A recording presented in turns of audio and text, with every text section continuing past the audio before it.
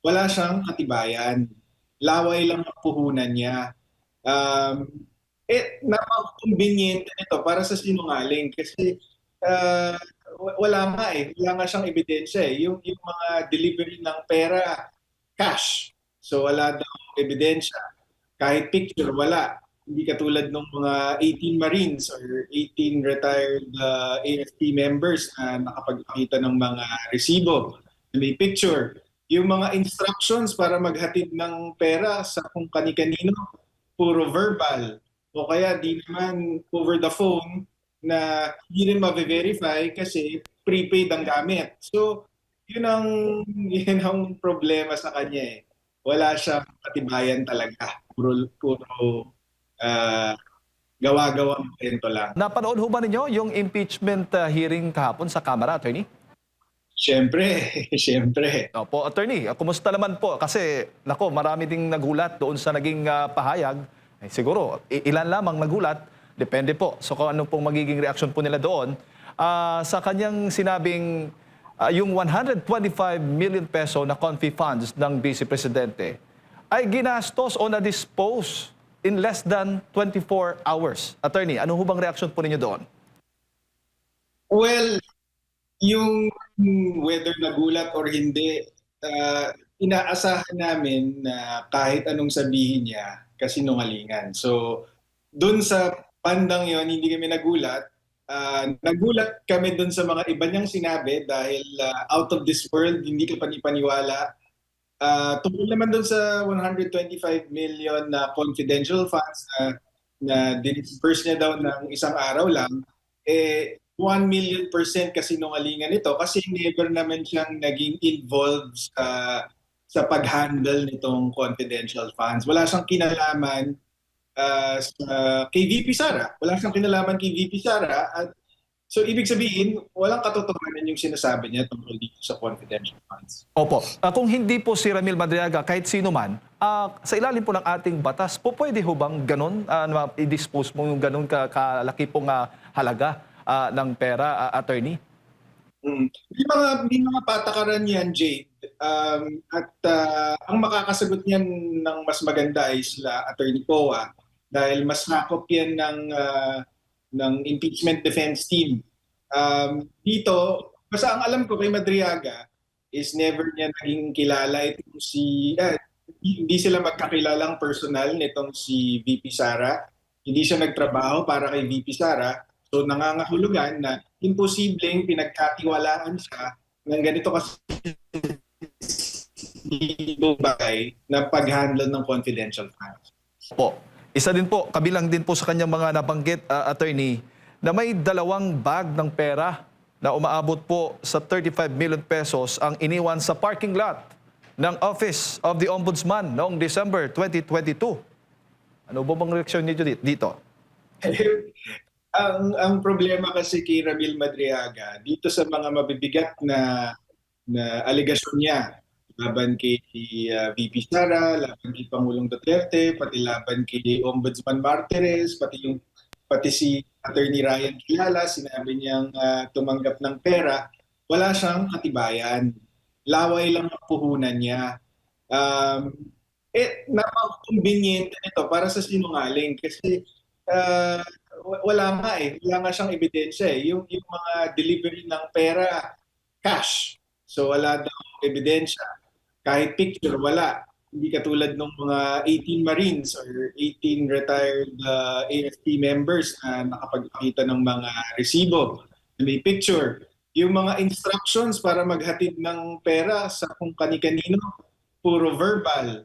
O kaya di naman over the phone na hindi rin ma-verify kasi prepaid ang gamit. So, yun ang problema sa kanya eh. Wala siyang katibayan talaga. Puro gawa-gawang kwento lang. Opo, pati nga si dating Pangulong Rodrigo Duterte, inabanggit po niya, ang claim po niya na siya raw ay ginawang financial dummy.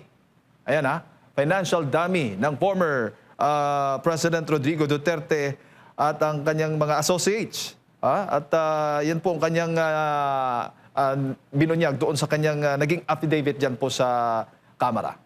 Ganun din yun, Jade. Wala ding ebidensya yun. Sabi niya, ay, nag-sign siya ng waiver kahapon. Pero ano bang mapapatunayan ng waiver na yun? Eh, sinabi niya nga na nasa pangalan niya yung account. So, pagka pumirma ka ng waiver para dun sa mga account na yon, anong mapapatunayan mo lang na merong account sa pangalan ni Ramil Madrigaga, actually, kung ano man yung laman, yun ang laman.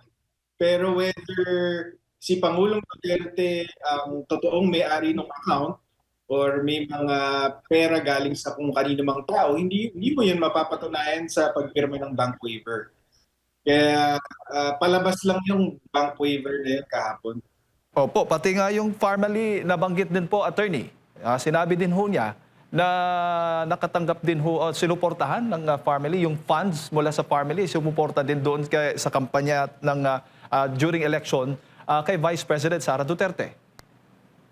Yun nga, sabi ko nga, bago pa man siya mag-testify, I said na the more he testifies, the better for VP Sara's defense. Kasi puro kasinungalingan nga ang sinasabi nito. So habang nagsasalita siya, uh, pa, nagiging mas hindi ka panipaniwala yung mga sinasabi niya. So ngayon, nakakatawa yung pagsama niya doon sa family kasi uh, dati meron na siyang allegation na may natatanggap na pera mula sa drug money, sa pogo money, yung magnetic lifters. Ngayon, sinama niya pa tong family, parang may narinig pa ako kahapon na something to do with Lucky 99 ba yun? Or yung First Maribeles Bataan. Corporation. So lahat na yun ng mga putik na binabato sa Duterte family, sinama-sama niya na lahat sa isang affidavit. So hindi talaga kapani-paniwala kasi ilang taon na yung linalako ng mga kalaban sa politika ng mga Duterte at wala naman silang matibay na ebidensya. Tapos, lo and behold, itong si Ramil Madriaga, bigla siyang lalabas ngayon just in time for impeachment na alam niya pala itong lahat ng nangyayaring ito. O parang ang sinasabi po ni Madriaga doon na attorney, parang na-betray siya ng VP Sara kasi nga doon sa issue ng land grabbing ata kay Attorney Harry Roque diyan sa Mariveles Bataan. Oo, na gagawin ng Pogo Hub at tapos sinampahan pala later on itong si Ramil Madriaga. Kung Opo. merong nag-betray sa kanya yung tamang pag-iisip. Yun ang nag-betray sa kanya kasi katang isip yung sinasabi niyang malapit siya kay VP Sara, tapos hindi siya tinulungan laban kay Harry Roque, di umano, wala pong katotohanan lahat yun. At Opo. wala din naman po siyang ebidensya. So, in general, attorney, itong mga nabanggit ni Ramil Madriaga doon sa kanyang affidavit ay alam nyo na, aware kayo na ito yung baga ibabato laban sa Vice President? Hindi po, maraming bago doon na alegasyon si Ramil Madriaga, pero kampante kasi kami na kahit anong sabihin niya, hindi totoo. Kaya hindi rin kami nagugulat na may mga bagong alegasyon na ganyan. Pero sabi ko nga noon pa, gusto namin siyang magsalita pa kasi lalo namin siyang mababasag. At true enough, di ba, hindi pa natapos yung araw kahapon. Kunyari, lumabas na hindi pala totoo yung sinasabi niyang nagbigay siya ng painting kay VP Sara. Yun daw yung naka-display sa likod nung upuan ni VP Sara doon sa Zoom meeting, 'di ba? Yung artist mismo na taga Davao ang siya lumantad at sinabing siya ang gumawa ng painting at siya ang nagbigay mismo kay VP Sara. So, yung mga ganun po, may bago man, siguradong kasinungalingan. So, hindi po kami concerned, hindi po kami worried tungkol sa mga yan. Opo. Nabanggit po ninyo yung bago. Pwede ho ba ninyong i-specify po yung attorney? Yung bago pong nabanggit po ninyong aligasyon ni Ramil Madriaga? O yung nabanggit na natanong ko na kanina? Bago yun.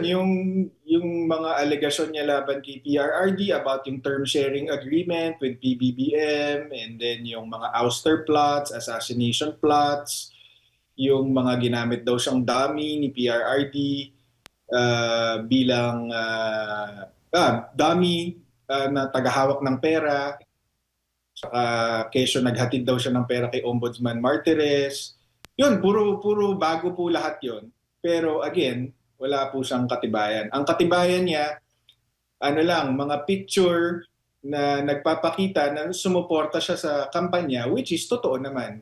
Pero hindi po nun napapatunayan na meron siyang na totoo yung mga sinabi niya, yung mga mabibigat na aligasyon na linatay niya kahapon. Opo, ang balita matindi po yung ano niya, iyak doon sa Kamara, attorney, nung nabanggit nga niya yung about doon sa pagsuporta niya sa Vice Presidente. Ano naman po yung reaksyon ninyo doon? Sa akin, ang tingin ko dyan, either na nahihibang na siya, 'di ba? Or baka guilty. Guilty dahil nagsisinungaling siya. Yun lang ang dalawang explanation para doon. Opo. Attorney, alam ko medyo nagmamadali po kayo. Ito ho bang mga affidavit na binanggit ni Madriaga doon sa Kamara ay magagamit po ninyo sa panibago na namang kaso kung may plano o may balak po kayong magsampa ulit ng kaso laban po sa kanya? Perjury po yung ginawa niya kahapon. Yung pag-testify niya sa House Justice Committee was under oath. So lahat po ng kasinungalingang sinabi niya, perjuries po yun. Pati na rin yung affidavit na in-execute niya a few days before the hearing. Perjurious po din yun. Whether mag-file po kami ng panibagong perjury, di ko pa po nakakausap si VP Sara tungkol dyan, pero pwede pong mangyari yan. Alright. Siguro, attorney, huling mensahe po ninyo para sa ating mga kababayan. Sabi ko nga, bago pa man siya mag-testify na papatunayan lang ni Madriaga na wala siyang kredibilidad. At yun na nga po yung nangyari kahapon. Na-vindicate po tayo. Wala po siyang napakitang ebidensya doon sa mga alegasyon niya. Tapos iniwasan niya din pong sagutin yung mga ebidensyang linatag natin sa perjury complaint. So panatag po tayo na mapapanagot natin tong si Ramil Madriaga.